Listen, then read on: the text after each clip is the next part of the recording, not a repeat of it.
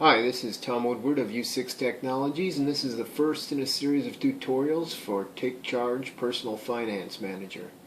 This first tutorial will show you how to initialize the system by entering settings, adding credit card and bank accounts, and adding categories. We'll then create a few transactions and then download a credit card statement and reconcile transactions with that statement. Okay, so what we've been looking at here is the entry screen for TakeCharge. When you start it up, it goes right into entering a transaction because most of the time that's what you're going to be doing. Now, before we get started, let's discuss a few things. First, there are two versions of TakeCharge. The first one is the free version, which has ads, and the second is the pay version, which doesn't have ads. TakeCharge works locally on your mobile device, except when it's creating things on Google Drive. So it's completely private. All data is stored on a local encrypted database. However, in order to get ads for the ad server for the free version, we have to have an internet connection. So the free version will stop before loading if you don't have an internet connection. Also, TakeCharge has a context-sensitive help system. If you're unsure about something, simply press and hold that screen element you're unsure about, and an explanation of it will pop up. So let's say you're unsure of what this icon that looks sort of like a sheet of paper with a pen on it. You can just press and hold the icon, and as promised, an explanation will pop up. And it turns out that this icon gets you into expense reports. Now, there's one last item before we start with the tutorial, and it's good news for any of you wondering whether my gigantic finger will be invading the screen on a regular basis to do screen presses. Well, I only used my finger there to show you how long you should hold your finger pressed to get help. So that's the last time you'll be seeing my finger. The tutorial will use a bot to navigate the application from here on out. Alright, the first thing we're going to take a look at is how to set up settings, which is important if you're going to be doing expense reports. So, and it's logically the first thing you want to do. Now, to access settings, the icon is not available at the activity bar initially. So you have to get to the extra icons by pressing the More button, which is the rightmost button on the activity bar. Once we click on that button, we now see new options available to us. The Settings button is the one that looks like a wrench, so we'll click on that. That brings us to the settings screen. And you can see we can enter three fields: employee name, number, and department. These fields are used as boilerplate info on expense reports. So if you're not going to be creating expense reports, there's no real need for you to enter them at this time. However, this screen is also where you can back up and restore your database. And there'll be a separate tutorial for people interested on how you can go about that. So let's assume we are doing expense reports. So I'll enter the information now and press Save.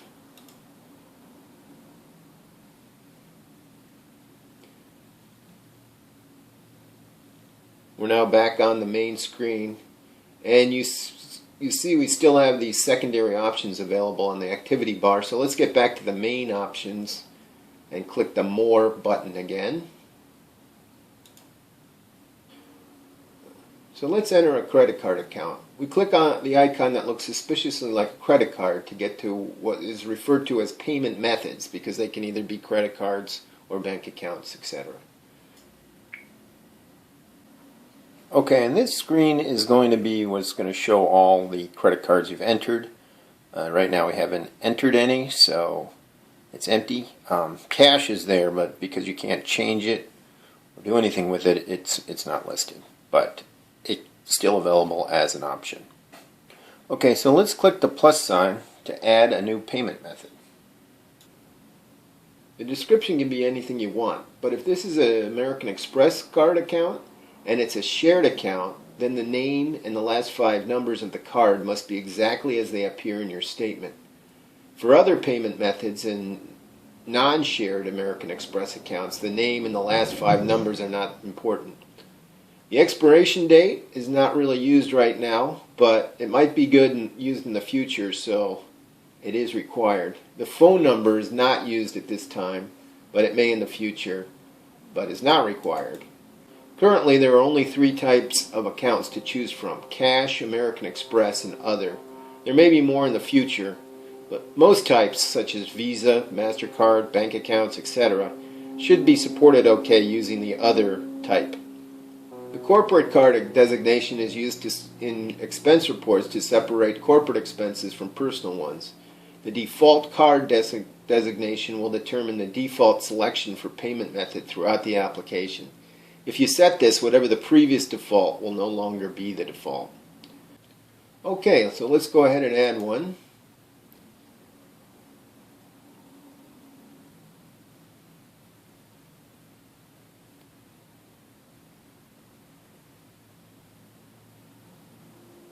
We're going to make it the default card, and as you can see, it's now added to our list. Now let's go into categories. It's the icon with the 3 bars in the activity bar. And as you can see, we do have categories already. These are system categories.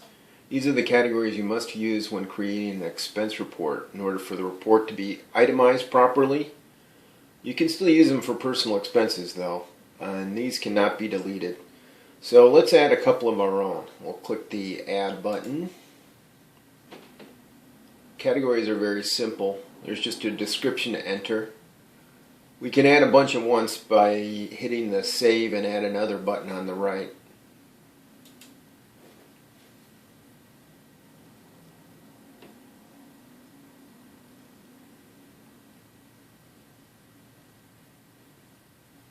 On this last one, we'll just click Save, and we'll be back. And as you can see, there's all the ones we entered. And now we can start entering transactions. Try to remember to enter your transaction at the time you make purchases. It'll make the process a lot easier. First, we want to enter in the amount. Next, the date. The date will default to the current date. So if you're on top of things, you don't even have to worry about entering the date because it'll be the right one already.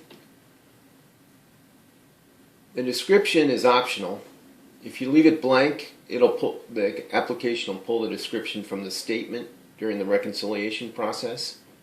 Sometimes the description that comes from the statement is less than optimal, so if it's important for you to remember what you bought precisely, say if it's a tax deduction, then enter a description. Next, you want to enter the payment method, which will have a default to it.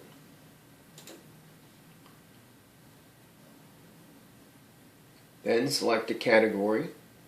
This is optional, but if you want to see how your expenses break down later in reports, then this is very important.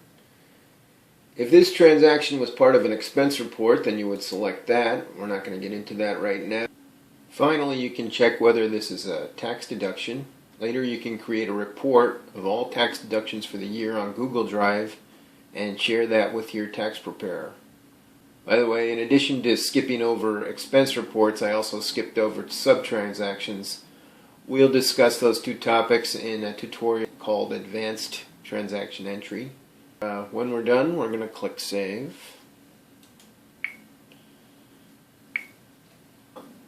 Now you also see we have this tab Comments, where we can add detailed comments that are important for expanding on tax deductions and rechargeable expenses. And the Image tab will also be covered in the tutorial Advanced Transaction Entry. Okay, so that's transaction entry. Now if you need to modify a transaction, you can click the Modify icon on the activity bar and then select the transaction. The default list of transactions is all the transactions not yet reconciled. If you want to change a transaction that's already been reconciled, you'll need to change the filter to something that includes that transaction. Creating filters is covered in yet another tutorial. Now you can see these are all the current transactions that are not reconciled. I entered it much more when you haven't been looking. So let's assume it's the end of our monthly statement period. Our statement from our credit company is ready to be downloaded. At this time, the tutorial was created. No credit card or bank apps I know of can create the statement file directly on a mobile device. So let's switch to the computer. And we're already in our American Express account, my Gold Delta Sky Miles. I've already clicked download up here, and this box has come up. So you want to click CSV and then include all transaction details, and then click continue. Okay, and once we click OK, it's going to ask if we want to save the file. We do, and we're going to say save as. Okay, I have a folder named Statements, and within that an Amex folder, and then I usually name it the card type with the year and the month so they don't get confused with other statement files.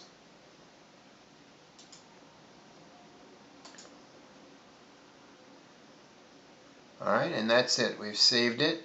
Now we can either copy it to our device or email it. Usually emailing is going to be easier. Okay, we're back at our device, and now let's reconcile our account. So we go into the statement import. So first we decide what payment method is, and it's going to be the Delta Amex, which is the default. And then the location, which in this case is going to be referred to as our download directory. That's the default location of where all attachments get saved. And then if we've selected the right spot, our file is going to be there. Now these check boxes, create trans, will also create the transaction on our side of it. So this is good for like archival statements that you want to bring in, get the information, not worry about reconciling them because they're from long ago, but you want the information so you can run reports off them. Reconcile after will immediately reconcile right after the import occurs, so it's not a second step. We're going to do it in a second step, so we're going to leave that unchecked. And delete after will delete the file when it's done if you want to keep a nice tidy disk area. Alright, so let's go ahead and start the import.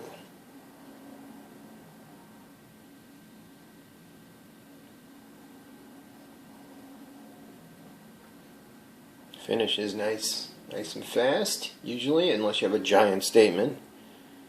And then let's go into and check to see, this is the unreconciled, and you can see nothing's reconciled.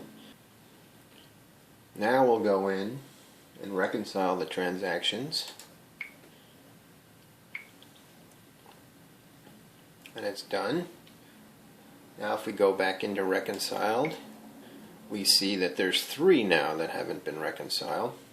The one in the middle there is just a return. So, and we can just set it as reconciled, and it will create the transaction for us if we don't pick a tran to reconcile it with.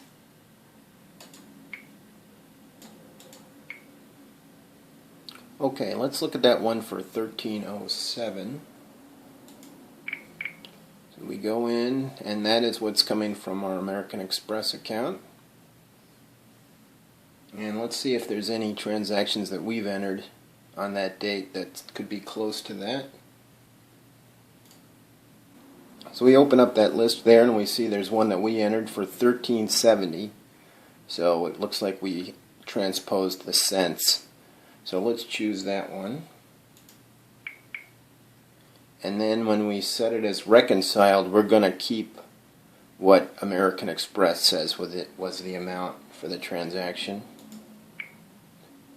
So when it asks us to replace it, we'll say yes, and then the transaction is reconciled. Okay, let's look at that last one. This one is for $9.78, so this is a big ticket item, and $9.78 is what the American Express has said what the charge should be. So we'll go in, and here's the details for it from American Express. So let's see if we've entered any transactions on or about that date that might match this. So we'll go into that list again. And we see there's one for $800, so that's a pretty big discrepancy, $178. So this is something we probably want to research either with American Express or the company we made this purchase from to see why such a large discrepancy exists. And something we might not catch unless we're going over our expenses on a monthly basis. So let's assume that in this circumstance we find out that we were in the right, so we would say no to that question to replace the transaction amount, and we want to keep it at $800.